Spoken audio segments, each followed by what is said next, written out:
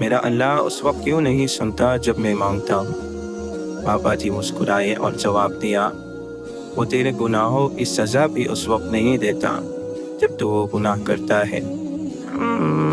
حضرت امام حسن رضی اللہ عنہ فرماتے ہیں، جس کی امیری صرف اس کے لباس میں ہو وہ ہمیشہ فقیر رہے گا، اور جس کی امیری اس کے دل میں ہو وہ ہمیشہ غنی رہے گا۔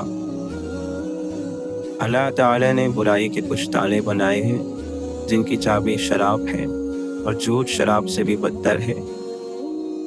حضرت لقمان نے فرمایا، اے پیارے فرزند، احمق شخص کے لیے نصیحت کا سننا اتنا ہی مشکل ہے جتنا برے شخص کے لیے پہاڑ کی چڑھائی۔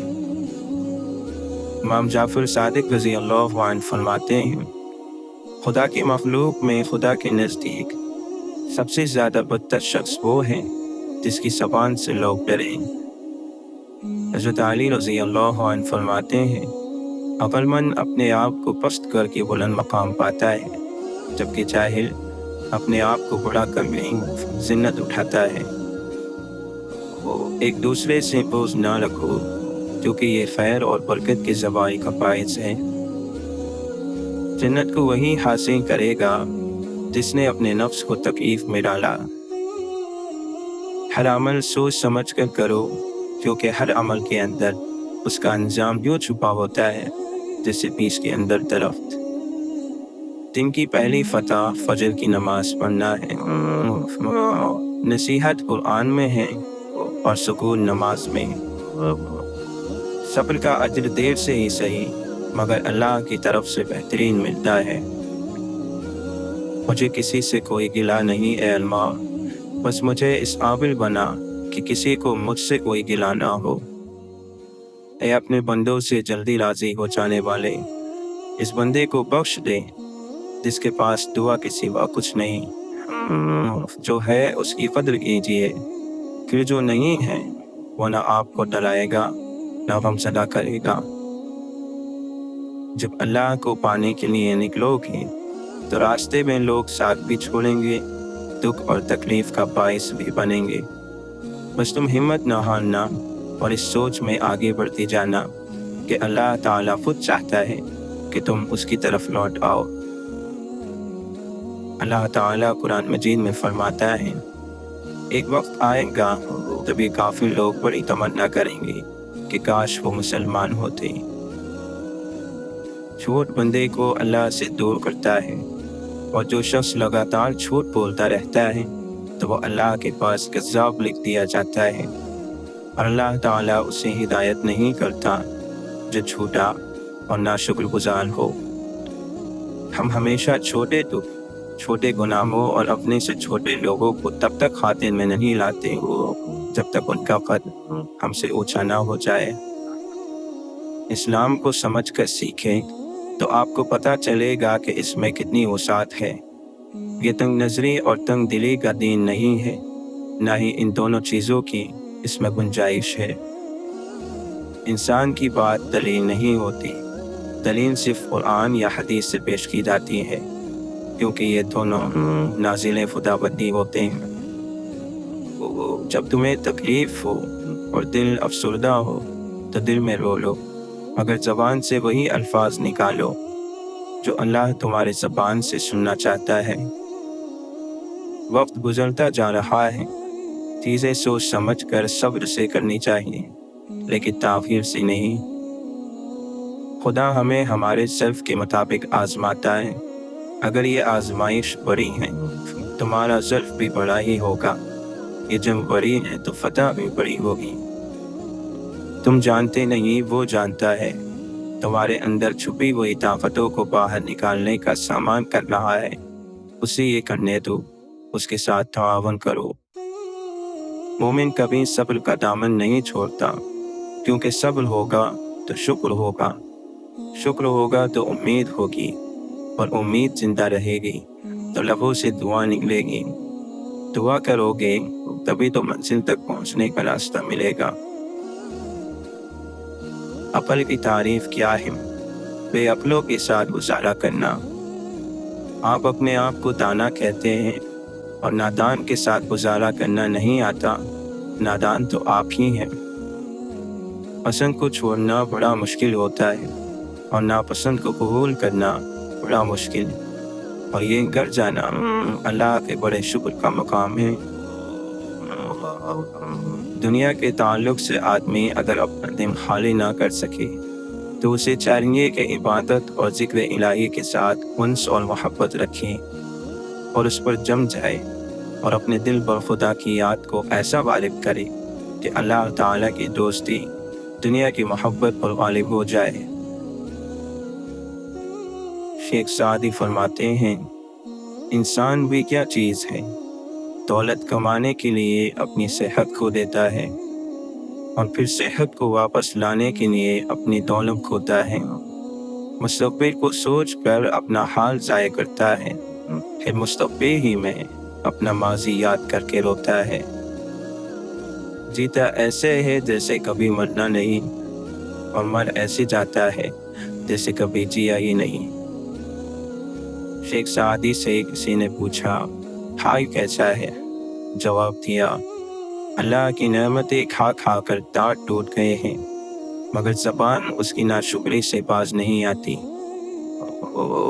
آہستہ آہستہ چلنا اور منزل مقصود تک پہنچنا دوڑنے اور راستے میں رہ جانے سے بہتر ہے۔ شیخ سعدی اور ان کا بیٹا تہجد پڑھ رہے تھے۔ دعا کے بعد بیٹا بولا، بابا جان سب سو رہے ہیں اور ہم عبادت کر رہے ہیں۔ شیخ سعدی نے اپنے بیٹے سے فرمایا، اگر دوسروں کے عیبوں پر نظر رکھنی تھی تو بہتر تھا کہ تو بھی سویا رہتا۔ آواز کا بلند ہونا ادب کی کمی ہے۔ فطرت کے تحفوں میں سب سے بڑا تحفہ پرسکون نیند ہے۔ خوش نصیبی کسی شے کا نام نہیں، معاشرے میں مرتبے کا نام نہیں، پیسے کا نام نہیں، بڑے بڑے مکانوں کا نام نہیں، بلکہ خوش نصیبی صرف اپنے نصیب پر خوش رہنے کا نام ہے۔ خاک ہو جائے وہ مرتبہ جو دوسروں کے لیے مفید نہ ہو۔ لعنت ہے اس طاقت پر جو کمزور کی حفاظت نہیں کرتی بلکہ اسے ڈراتی ہے۔ کچھ لوگ پہاڑ جتنی نیکی کرتے ہیں اور کنکر برابر اجر نہیں کما پاتے، اور کچھ لوگ کنکر برابر نیکی کرتے ہیں اور پہاڑ جتنا اجر کما لیتے ہیں۔ نیتوں کا فرق اجر بدل دیتا ہے۔